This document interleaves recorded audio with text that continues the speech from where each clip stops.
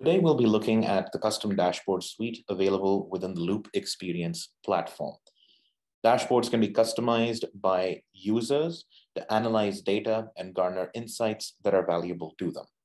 Access to dashboards can also be controlled at a user level to ensure only the appropriate individuals have access to the data.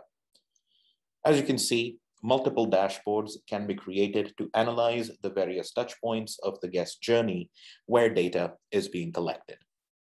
Let's take a look at one dashboard and see what kind of insights the platform allows you to gain. So this is a very simple dashboard that has been crafted looking at both conversational and response data. The benefit of the Loop Experience platform's dashboard suite is that it allows you to look at a glance both the response and conversational insights in one section. As you can see, each panel on the dashboard represents a different aspect of information that is being collected, whether that be the number of conversations that have been initiated, the number of escalations that have been initiated, or the number of survey responses that have been collected over time. We also have the ability within the dashboard to analyze trends in specific categories that are being measured for the surveys, as well as get an understanding of the overall satisfaction and loyalty metrics when it comes to the data being collected. From a conversational insights standpoint, we also have the ability to break down tags that are used within the platform to get an understanding of how many individuals that reach out to members of your staff were speaking about things such as check-in, checkout times, or just providing general comments. Tags can be configured within the Loop Experience platform separately. A variety of different filters are available within the dashboard.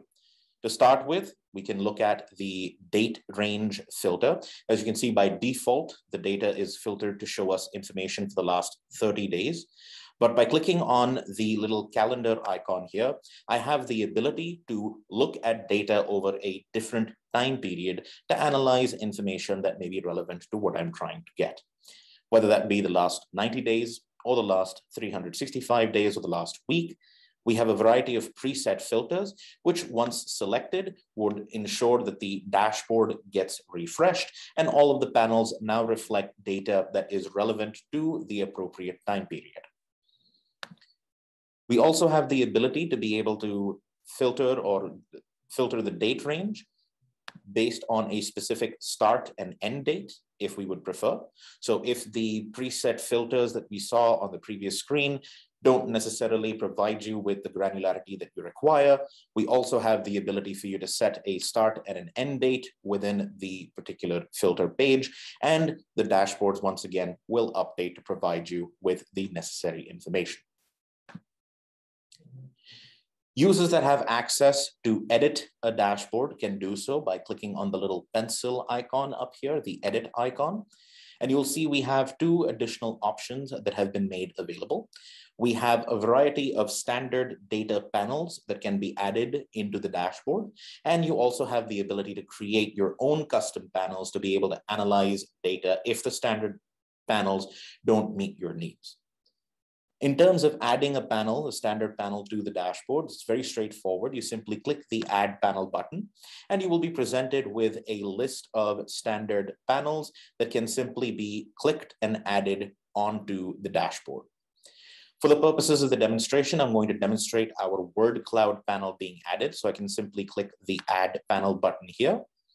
And if I scroll down to the bottom of the dashboard, our panel has been added. We can move the panel and resize it.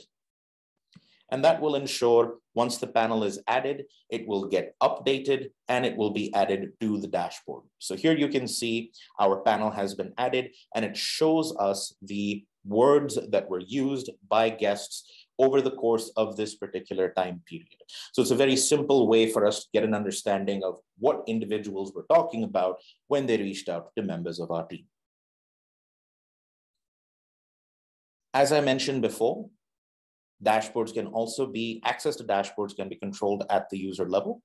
By clicking the lock icon next to the edit button, we'll have the option to identify which users within this particular account should have access to the dashboard and what their level of permissions should be, whether they should be added as an editor or a viewer. Users that are added with view-only permissions will not have the ability to add a panel within the dashboard. Users that are added as editors will have the ability to edit the dashboard. At any point in time, should you wish to remove a panel in the event that you have access to be able to edit the dashboard, you can simply go to any panel that you would wish to remove, click on the three dots up here in the top right-hand corner, and then click Remove. And the panel will be removed from the dashboard. Finally, we also have the ability to export the entire dashboard as a PDF file.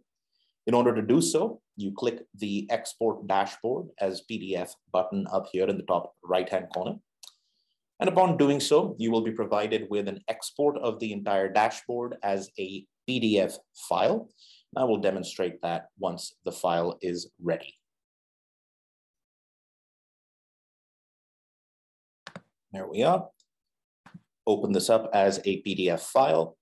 We see the operations dashboard. We're also able to see which user exported the file and when it was exported. And all of the panels that we saw on the previous dashboard are now available within this PDF file as individual pages. This, of course, now can be shared with any stakeholder that we may necessarily need to provide this to, and they will be able to review the data on their terms. That concludes the video for custom dashboards.